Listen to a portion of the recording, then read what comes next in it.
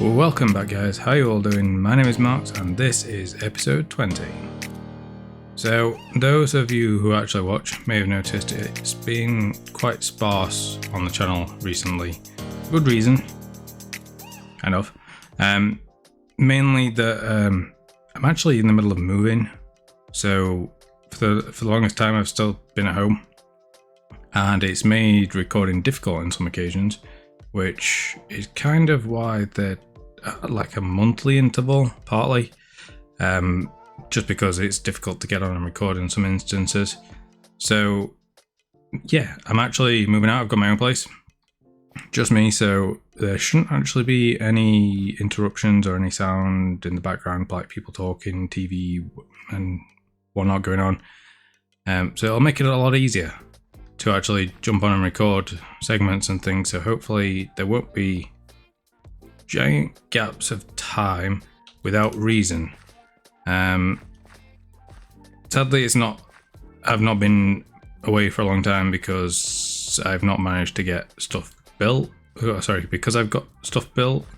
The world's pretty much where it was left off in the last episode. In fact, it's entirely where it was left off in the last episode. This is the first time I've logged on since then, because, as I said, I just haven't had time with the move. It's been decorating mayhem. But that means that everything is in place. Obviously, this has been recorded before I've actually moved everything into my new place. There may be a little bit of echo to start with, so bear with me on that. I will rectify things as we go. Obviously, money is the thing, so, you know, it can't be perfect to start with, but we're going to do our best to mitigate echo and vibration, hopefully. But yeah, that's kind of the reason why, or partly why, there's just been nothing for like the last month. This is going to be coming out like 2-3 weeks late by the time you watch this, potentially. So I do apologize for that. It's not my intention. It's just unfortunately the way things have fallen.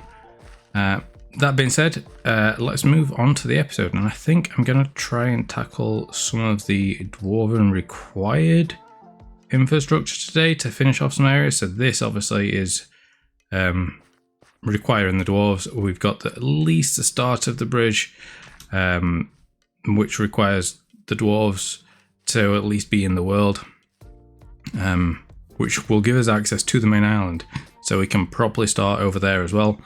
Obviously, I've still got a mountain to build and finish building and digging out and everything that's going on with the dwarves, along with lights that need changing. Because, again, not been on since last episode. Wow, that thing looks so eerie. Look at that behind the moon. In fact, let's get a screenshot of that. That way. There we go. Oh, there's a creeper there, and I have no. What's it? Wow, that is.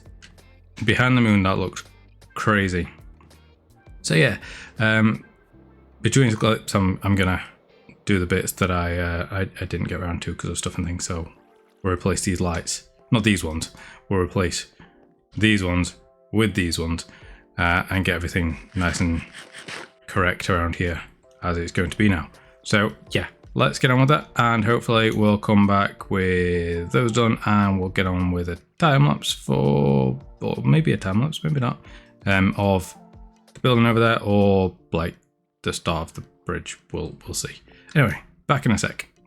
Hi, this is Editing Marks. So a little bit after the next clip you're going to see, this just here is the time lapse for, well, both the time lapses for the build you're about to see. They kind of went corrupt.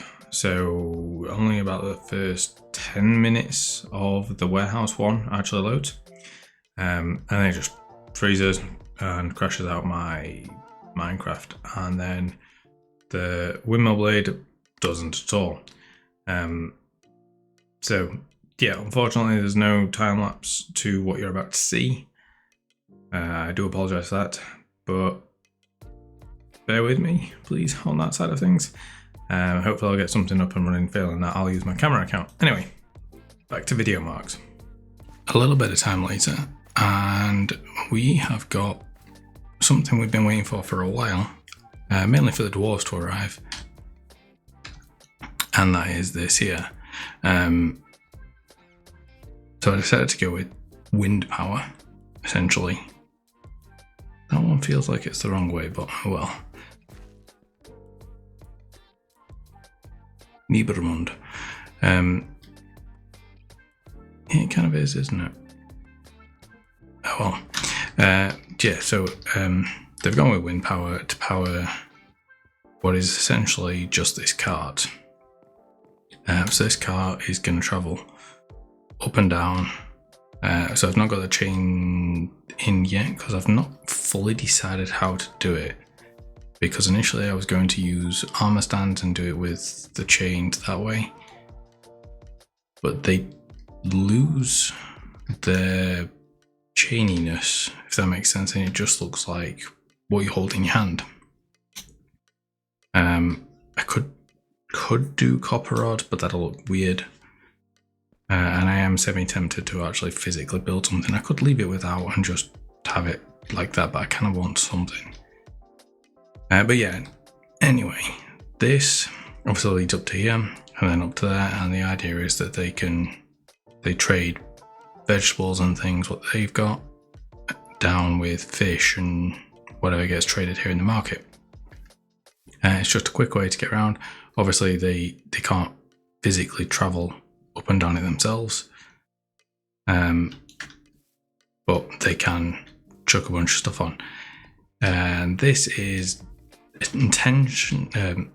intended to be like cut out dirt area and shored up with stone, so that this can clear it. Obviously, as soon as it comes out here, it starts to travel up, so it should theoretically clear. No idea if it actually does. And then same again there. Pretty much all right for that one up there. And then in here, they've just built it out. So they've got, say, storage and stuff either side. It's not particularly well organized, but this is like a semi-storehouse kind of thing, and a giant door which has a wear path already. So this dirt arc here is intended to be like the path that the door's taken as it's been swung open. So all of this is just a giant door in and out of the warehouse, so they could bring like a horse and cart or something up. And then going up into this one, again they have a big door, but this one opens inwards. And again we've got the wear path, and it scrapes a little bit, so it's worn a bit more of the ground. And then coming this in here, we have storage again here and stuff waiting to be delivered, I guess, or something, along this side here. Now this one was actually really difficult to work out because it's been so long since I've done this style. It was kind of a bit of a throwback, and I had to look at my old builds and see, okay, what did I do? How can I recreate this? And the dimensions were weird. Because I initially intended for it to be semi-diagonal on one side, I ended up with this weirdness going along here. So we've got this bracing just to support the roof. Nothing there because it goes from one side to the other, and that would be notched in with that one. So this is supporting that half of the roof. And yeah, so it just comes up, it sits here. It doesn't go into this one. So this is only ever brought up here when they're doing the trade. If it's going to be inside anywhere, it's in down here. So as I said, it's powered by wind. I mean, we'll have wind coming off the mountain, so yeah. So we've just got 2 gears and just a back plate for the chain to wrap around. So the chain will wrap around this just here, and then we've got a small gear just here, which I'll put a button on that.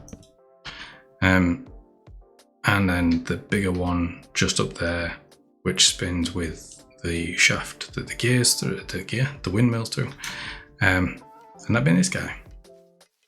So this is one that I worked out from Daybound Season 1 a few years ago. I don't think I ever used this one in the end. I used the bigger version of it I had.